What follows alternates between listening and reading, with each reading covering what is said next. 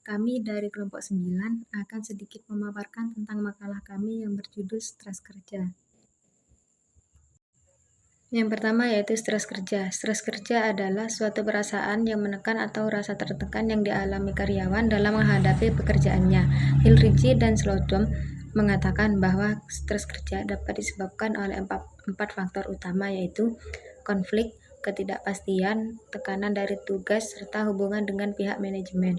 Jadi stres kerja merupakan umpat balik atas diri karyawan secara fisiologis maupun psikologis terhadap keinginan atau permintaan organisasi. Yang B yaitu indikator pekerjaan, ada 4, yaitu yang pertama, kondisi pekerjaan. Kondisi pekerjaan atau lingkungan kerja yang buruk dapat menyebabkan karyawan mudah jatuh sakit, stres, sulit berkonsentrasi, dan menurunkan produktivitas kerja. Yang kedua, konflik peran. Dalam sebuah penelitian mengenai struktur kerja ditemukan fakta bahwa perusahaan yang sangat besar atau yang kurang memiliki struktur yang jelas akan menimbulkan konflik peran. Yang ketiga, pengembangan karir. Stres kerja dapat timbul jika seseorang karyawan tidak merasa aman akan pekerjaannya. Dan yang terakhir yaitu yang keempat, struktur organisasi. Apabila bentuk atau struktur organisasi kurang jelas dan terjadi dalam jangka waktu yang cukup lama, maka hal tersebut dapat menjadi sumber stres.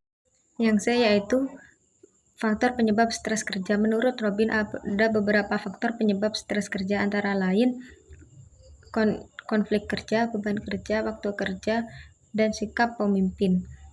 Materi yang selanjutnya akan dilanjutkan oleh Mbak Andi.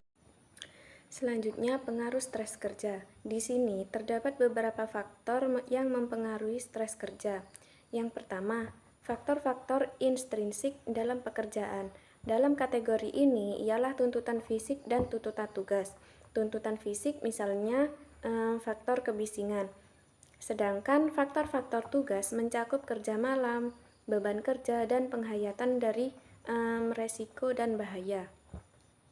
Yang kedua, peran individu dalam organisasi. Setiap tenaga kerja bekerja sesuai dengan perannya dalam organisasi. Artinya, setiap tenaga kerja mempunyai kelompok tugasnya yang harus dilakukan sesuai dengan aturan-aturan yang ada dan sesuai dengan yang diharapkan oleh atasannya. Yang ketiga, pengembangan karir. Unsur-unsur penting pengembangan karir meliputi peluang untuk menggunakan keterampilan jabatan sepenuhnya, peluang untuk menggunakan keterampilan yang baru, penyuluhan karir untuk memudahkan keputusan-keputusan yang menyangkut karir. Yang keempat yaitu hubungan dalam pekerjaan. Hubungan kerja yang tidak baik terungkap dalam gejala-gejala adanya kepercayaan yang rendah dan minat rendah dalam pemecahan masalah dalam organisasi. Selanjutnya yang kelima, struktur dan iklim organisasi. Faktor stres yang dikenali dalam kategori ini adalah terpusatnya pada sejauh mana tenaga kerja dapat terlihat atau berperan serta pada support sosial. Yang keenam, tuntutan dari luar organisasi atau pekerjaan. Kategori pembangkit stres, potensi ini mencakup segala unsur kehidupan seseorang yang dapat berinteraksi dengan peristiwa-peristiwa kehidupan yang terjadi dalam satu organisasi dan dapat memberi tekanan pada individu. Yang ketujuh, ciri-ciri individu.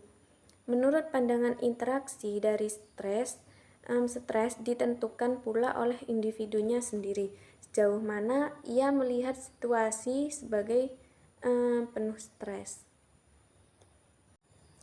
Selanjutnya yaitu strategi mengelola stres kerja.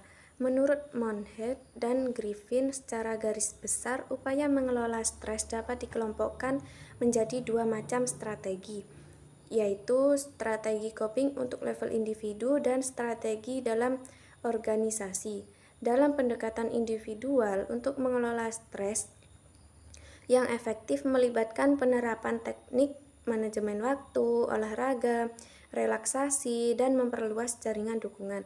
Sementara itu, pendekatan organisasional yang dapat dilakukan untuk mengelola stres meliputi seleksi dan penempatan kerja yang lebih baik, pelatihan, penempatan tujuan yang realistis, desain ulang pekerjaan, meningkatkan keterlibatan pegawai, perbaikan komunikasi organisasi, penawaran cuti panjang, dan menyelenggarakan program-program kesejahteraan pegawai.